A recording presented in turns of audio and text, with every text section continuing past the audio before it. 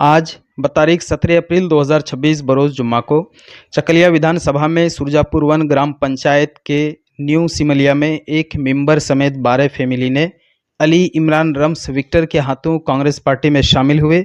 इस ज्वाइनिंग सभा में सुरजापुर वन के मौजूदा प्रधान आबिद हुसैन और कांग्रेस पार्टी के दीगर अहम लीडरान व जिम्मेदारान मौजूद रहे। वंदे मातरम, वंदे मातरम, जातीय कांग्रेस, जातीय कांग्रेस, अली इमरान विक्टर साहब, वंदे मातरम, बाबुल भाई, सजरुल भाई जिंदाबाद, विक्टर भाई जिंदाबाद, जिंदाबाद, जिंदाबाद, विक्टर भाई जिंदाबाद, जिंदाबाद, जिंदाबाद, बड़ी जिंदाबाद। तो आप ही बताइए, आप सुरजापुर हाट में जाते हैं, हाट में जाकर आप जो है मुर्गी खरीद के लाते हैं। मुर्गी मिलता है आपको 280 रुपया किलो, आप लेके आते हैं।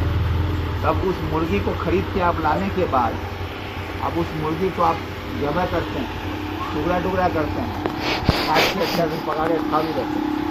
वो मुर्गी को जब आप काट रहे हैं, टुकड़ा टुकड़ा कर रहे हैं, आपको अफसोस आता है? आता है? क्यों नहीं आता है? क्योंकि आप उसको पैसा देके खरीद लिए।